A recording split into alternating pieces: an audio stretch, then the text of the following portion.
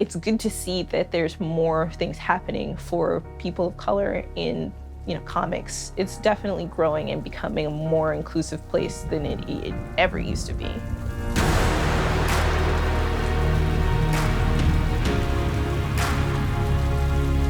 I think when I was about maybe 15 or 16, I really started to get into it. Being a Black kid into comic books was kind of a rare thing. You kind of feel a little outsidery.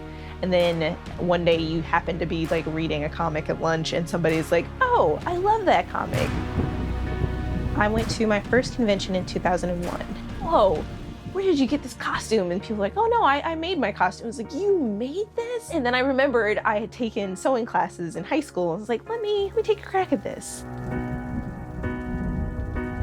Back in the day, it was ugly. It was really ugly. There were a lot of moments where it was like, why are you cosplaying this person? You don't look anything like this character. I don't get the gatekeeperism. It hurt my feelings a lot, like to the point where I just didn't want to do it anymore almost. But I never stopped myself from making a costume because, somebody else was going to say something about it. I never once allowed that to happen.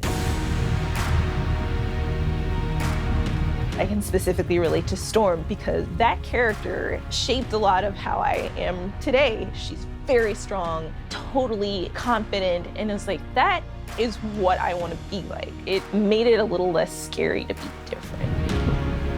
I made her 90s costume for the first time in 2011 at Dragon Con. It was a little rough, but I started putting together like a list of costumes that I wanted to redo and revisit, and obviously this one was on the top of the list.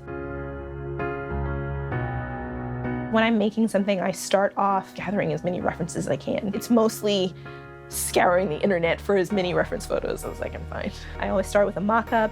I always go through about a million different pattern choices. If I can't find anything, then I have to go and draft something, or I can Frankenstein two patterns together. I actually had a pattern with separate legs from the main part of the bodysuit and added the boot cover portion to it.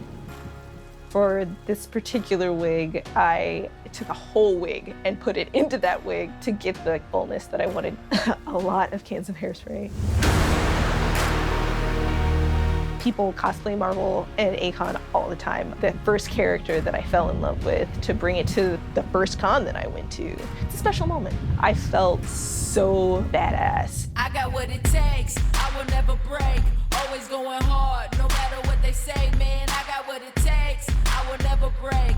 Always going hard, no matter what they say. I got compliments because, I tried to be as accurate as I can be. Love it. You guys have fun. Thank you. This is like a really good Storm. Thank you. This is really good. It's like old school Storm. Thank you. You always want to get a picture. That camaraderie, it's like, I love this character, you love this character, let's love this character together. People who are my age see my costume and have that nostalgia bomb and be like, oh man, I grew up with this costume, this character. I love a good Storm. I feel as though that in the era of having Black superheroes, especially Black female superheroes, she is the embodiment of what it is to be a Black female superhero at the end of the day. She has the teased hair, she got the makeup on point, the lightning earrings, that's a detail. And to see a 90s Storm too, an era, we don't get enough eras. When somebody else tells me that they're glad that I made a costume is the bee's knees.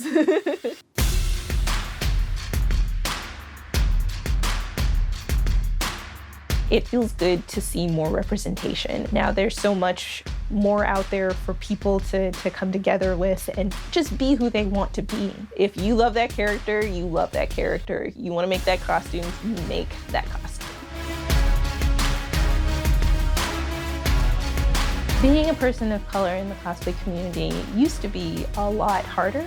Now you can be a main character and feel like that character. I got what it takes, I will never break.